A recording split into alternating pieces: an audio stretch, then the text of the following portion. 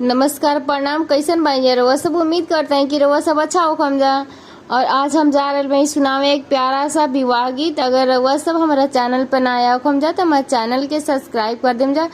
और अगर हमारा वीडियो रउआ सब के अच्छा लगी तो हमारा वीडियो पर कमेंट भी कर देम जा और हमारे वीडियो के शेयर भी कर देम जा। हमारा चैनल पर रउआ सब के असी प्यारा प्यारा हर एक प्रकार के गीत सुने की मिली।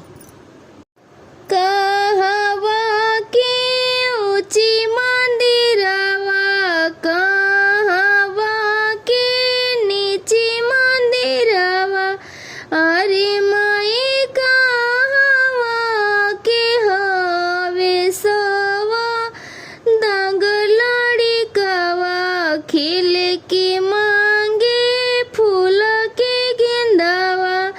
कहवा के ऊंची मंदिरवा, कहवा के नीची मंदिरवा, अरे माई कहवा के हवे सवा दाग लड़िकवा, खिल के मांगे फूल के गेंदावा।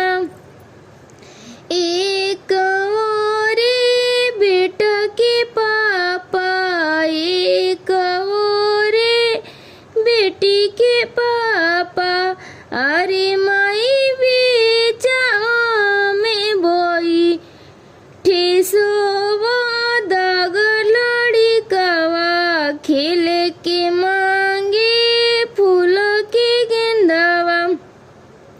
हंसेला ना बेटी के पापा, मोहे चुवे पकल पनावा, अरे धनी तोहर कोखिया सोनवा माराई दे बोझाही कोखिए बेटा जनम ले, बेटा से पतो है घरवा आंगन भर जाइए, रोवेलन बेटी के पापा मोहि दे लाली रुमालिया, अरे धनी तोहर कोखिया भोसवे भराई दे बोझा ही कोखिए बेटी जनमली,